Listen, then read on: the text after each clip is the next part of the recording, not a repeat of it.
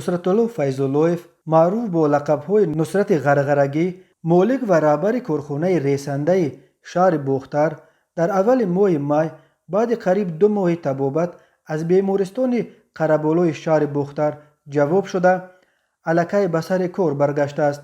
қаблан гузориш шуда буд ки нусрати ғарғарагӣ дар аввали моҳи март ба иллати фишори баланди хун дучори сактаи мағзӣ шуд ва чанд ҳафта дар бемористон дар ҳоли мадҳушӣ қарор дошт.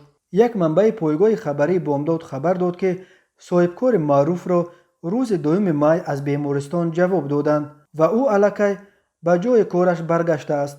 нусратулло файзалиев яке аз сарватмандтарин афрод дар вилояти Хатлон ба шумор меравад.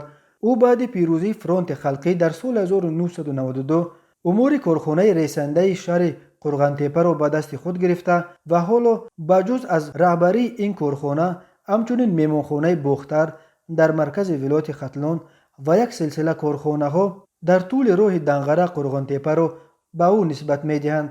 ба гуфтаи манобеъи огоҳ 75% саҳмияҳои ресанда дар дасти худи Нусратулло Файзуллоев ва 25%аш дар дасти Суҳробҷон Убайдуллоев мебошад.